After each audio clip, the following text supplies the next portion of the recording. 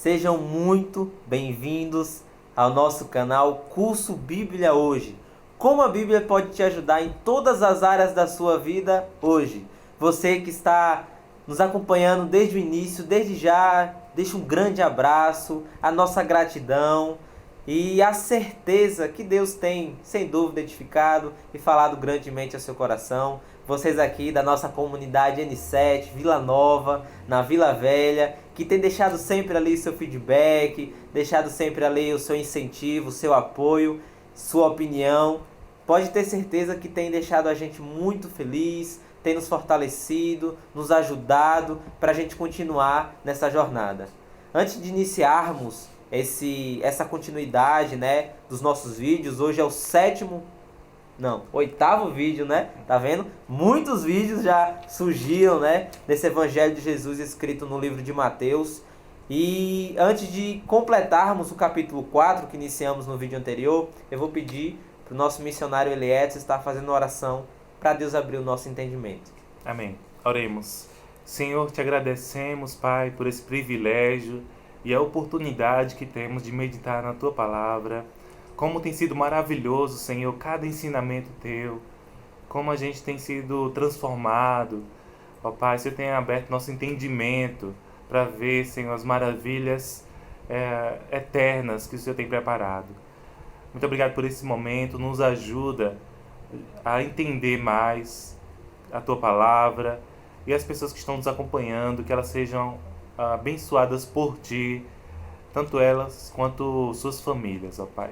Só tenho a agradecer e pedir o Teu direcionamento para tudo que vemos a ler agora, no nome de Jesus. Amém. Amém. Abram suas Bíblias no Evangelho de Jesus, no livro de Mateus, capítulo 4, a partir do versículo 18. Esse é o momento, né, de se desligarmos de tantas notícias ruins que escutamos durante o dia e ouvir agora a voz do Senhor, aquilo que realmente edifica a nossa alma, o nosso espírito, e ter a certeza que isso gera mudança em nossas vidas. A partir do versículo 18. Andando à beira do mar da Galileia, Jesus viu dois irmãos, Simão, chamado Pedro, e seu irmão André. Eles estavam lançando rede ao mar, pois eram pescadores. E disse Jesus: sigam-me, e eu os farei pescadores de homens. No mesmo instante, eles deixaram suas redes e o seguiram. Muito bem, né? Então, para iniciarmos, né, você pode nos falar um pouco sobre o contexto da época de Jesus, sobre a economia da nação de Israel? Sim. Nesse momento, Jesus tinha ido morar em Cafarnaum, que era uma cidade que ficava à beira do lago da Galileia. Veja bem, apesar da gente estar lendo aqui Mar da Galileia, era um grande lago, porque fazia parte do território de Israel. E também é conhecido como Mar de Tiberíades, de Genezaré. Quando você vê esse nome na Bíblia, saiba que é o lago Mar da Galileia, tá certo? E existia uma grande quantidade de pescadores naquela região. E o trabalho, a economia da nação naquela época era muito escassa. Havia muita fome, a população miserável mesmo. Jesus cresceu diante de uma realidade muito difícil. E eles sobreviviam justamente muito por causa da pesca que era feita nessa região. Alguns trabalhadores avulsos, como o pai de Jesus era carpinteiro. Mas aqui, indo morar em Cafarnaum, que ficava próximo ao lago Mar da Galileia, a gente vê Jesus encontrando vários pescadores e usando uma linguagem que eles entendem, né? Que era muito comum naquela época os rabis, os mestres, chamar jovens para ser seus seguidores, seus discípulos. E claro que os rabis, os mestres, eles iam chamar pessoas de mais qualidade, inteligência, de maiores potencial.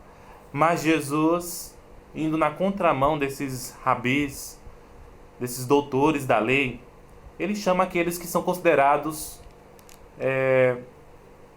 rejeitados pela sociedade, que não tem tanta instrução quanto os pescadores. Jesus chama para ser seus seguidores, justamente para mostrar que toda a força, todo o poder e a capacidade vem de Deus e não dos homens. Muito bem. Vamos continuar a partir do versículo 21.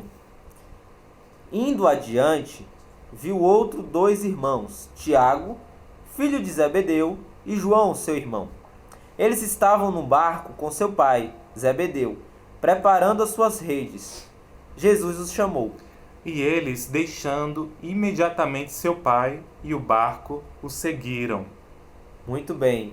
Então, o Eli já falou um pouco sobre o contexto, né? Sobre a economia ali de Israel, sobre a formação, né, profissional dos primeiros seguidores de Jesus. E nessa segunda pergunta, né, eu quero que o Eli nos fale um pouco, né, porque ao olharmos para esses versículos, a gente percebe e se admira, né, até a forma, né, que Jesus chama os seus discípulos e a forma também que eles abandonam tudo, né? É algo instantâneo, algo rápido, algo que acontece realmente de forma voluntária e de forma instantânea. Eles deixam tudo para trás. Então, eu quero que o Eli nos responda por que eles fizeram isso. Muito bem. A gente sabe que são 4 evangelhos que narram a história de Jesus. Apesar da gente estar lendo o primeiro livro do Novo Testamento, Mateus, mas o princípio da caminhada de Jesus, do ministério de Jesus, não é aqui. A gente vai ver as primeiras passagens, o primeiro milagre de Jesus, no Evangelho de João, que é o 4º livro do Novo Testamento. E outras passagens do início do ministério de Jesus, em Lucas. Ou seja, João e Lucas estão antes, no tempo cronológico aqui do ministério de Jesus, antes de Mateus. E no Evangelho de João, capítulo 1, a gente já vê esse primeiro encontro de Jesus, não foi aqui. Apesar de parecer que é o primeiro encontro de Jesus com os seus primeiros discípulos, mas a gente vê lá no Evangelho de João que o próprio João Batista apresentou Jesus a André, que é um dos pescadores aqui, irmão de Simão Pedro. Ele vai até Pedro e chama Simão Pedro para conhecer pessoalmente Jesus. E você pode ver que aqui, Simão chamado Pedro, como a gente leu, é porque Jesus já tinha mudado o nome dele, lá em João capítulo 1. E também Lucas vai contar essa história, essa mesma história do chamado de Jesus aos seus primeiros discípulos, de uma forma bem mais ampla, em que Jesus está ensinando e ele se completa esses evangelhos. É muito importante a gente ler a mesma passagem, você vai ver aqui em Marcos, e Lucas e Mateus. E eles dão mais detalhes, um vai acrescentando detalhes que o outro não narrou. Então, no Evangelho de Lucas, a gente vê Jesus ele operando um milagre, a primeira pesca maravilhosa nessa passagem aqui, que Mateus não registra. Mateus registra de uma forma mais objetiva. Mateus foca mais na mensagem de Jesus, chamando os discípulos: sigam-me e eu os farei pescadores de homens. Lucas dá todo um panorama do como foi esse chamado. Até vocês vão ver lá que Simão Pedro, ele se ajoelha diante de Jesus e reconhece: Senhor, afasta-te de mim, que sou pecador, quando ocorre aquela pesca maravilhosa. Depois daí, Jesus chama os discípulos, os primeiros discípulos, para ser pescadores de homens. Por isso que a gente se admira pela objetividade que a gente lê aqui em Mateus, mas é importante a gente ler também os outros evangelhos para entender melhor. Muito bem. Então, vamos dar continuidade a partir do versículo 23. Já nos conta a continuação desse episódio. Jesus foi por toda a Galileia, ensinando nas sinagogas deles, pregando as boas novas do reino e curando todas as enfermidades e doenças entre o povo. Notícias sobre ele se espalharam por toda a Síria, e o povo lhe trouxe todos os que estavam padecendo vários males e tormentos, endemoniados, epiléticos e paralíticos, e ele os curou. Grandes multidões o seguiam, vindas da Galiléia, Decápolis, Jerusalém, Judéia e da região do outro lado do Jordão. Muito bem.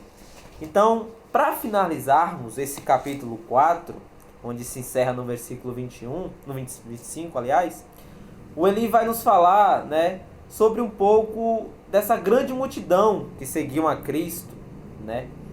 E ele vai nos dizer também, para concluir, as principais diferenças, né, entre as multidões e os discípulos que seguiam Jesus, que a gente viu anteriormente, que foi chamado por ele. É muito importante a gente falar sobre isso, porque Jesus tinha acabado, no episódio anterior, nos textos anteriores, de iniciar sua mensagem dizendo: arrependam-se, pois o reino dos céus está próximo. A gente aprendeu que Jesus estabelece esse reino, vencendo Satanás no deserto e assim avançando com o evangelho. Mas para que o evangelho continuasse, ele precisava chamar seus seguidores para continuar pregando a mesma mensagem de arrependimento para o povo. E assim fazendo discípulos. Dessas multidões aqui que seguiam Jesus, grandes multidões, nem todos estavam dispostos realmente a deixar tudo para seguir Jesus e para viver esse chamado fazendo discípulos. Então existe essa diferença dentre os que Jesus chamou para si, para preparar eles, 3 anos e meio que ele ficou aqui na terra, e depois continuar a sua missão que ele começou em todo o mundo. E nem todos dessas multidões estavam dispostos a seguir Jesus, a fazer parte do reino dos céus. Muito bem. Então, após o Eli falar sobre esse episódio que Jesus chama os discípulos, esse episódio que a multidão também segue a ele atrás de cura, atrás de benefícios próprios, atrás de suprir as necessidades. Meus irmãos, será que ao olharmos para as nossas vidas, a gente tem se encontrado como discípulo do Senhor? Ou a gente tem se encontrado ainda como essa multidão, buscando os nossos interesses, indo atrás desse Jesus Cristo, né? Apenas para o benefício próprio, apenas para suprir as nossas necessidades? Ou de fato somos discípulos de Jesus? Aqueles que abandonaram a velha vida, aqueles que deixaram de fato o velho homem para trás e passaram a buscar os interesses do Evangelho. E quais são os interesses do Evangelho? Se não é multiplicar discípulos, se não é investir em vida, se não é de fato viver para o agrado de Deus, viver para as pessoas. A gente, meus irmãos, podemos ser discípulos missionários onde estivermos. Aqueles discípulos foram missionários, foram discípulos de Jesus ali na região da Galiléia, ali na região da Judéia. E eu e você somos chamados para ser discípulos, para investir em vida, para multiplicar a boa nova onde estamos. Eu e o Eli estamos aqui no N7, na Vila Nova, em Petrolina, fazendo discípulos, experimentando desse chamado de seguir o Senhor. E você também, aí na sua casa, seja nas grandes cidades, seja num apartamento de uma capital, seja aqui mesmo na roça, na Vila Nova, aqui no N7, seja nas grandes roças de manga, de vinha, nos seus trabalhos, seja onde for, meus irmãos. Somos chamados para de fato cumprir os interesses do Evangelho, para agradar o Senhor e não buscar agradar nós mesmos. Então, meus irmãos, eu desafio a vocês a olharem para si neste momento e a pedir ao Senhor sabedoria, discernimento, amor por vidas, para que de fato a gente comece a investir, para que a gente comece a viver esse discipulado no dia a dia, vida na vida. Isso é maravilhoso, meus irmãos. Vamos compartilhar juntos o Evangelho de Jesus. Um forte abraço, Deus abençoe, até a próxima.